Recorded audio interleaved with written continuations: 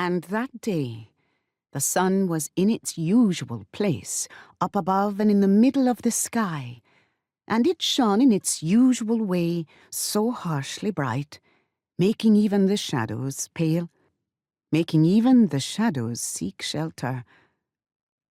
That day the sun was in its usual place, up above in the middle of the sky, but Mr. Potter did not note this.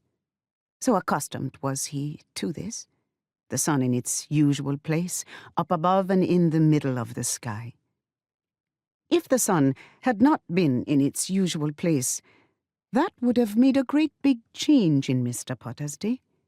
It would have meant rain, however briefly such a thing, rain might fall.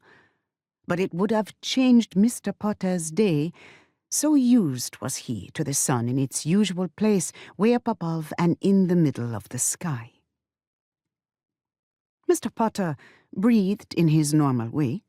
His heart was beating in its normal way, up and down beneath the covering of his black skin, up and down underneath his white knitted cotton vest next to his very black skin, up and down underneath his plainly woven white cotton shirt that was on top of the knitted cotton vest which lay next to his skin.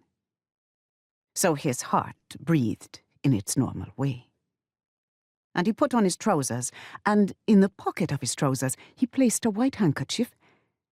And all this was as normal as the way his heart beat.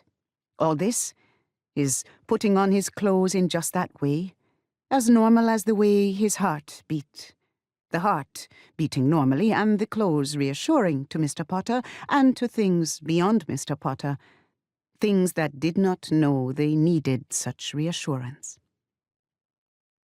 Walking to Mr. Scholl's garage to begin his day of sitting in Mr. Scholl's car and taking passengers to and fro, to and fro.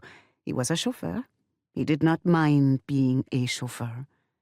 Mr. Potter took shelter from the sun by walking through narrow streets and alleys.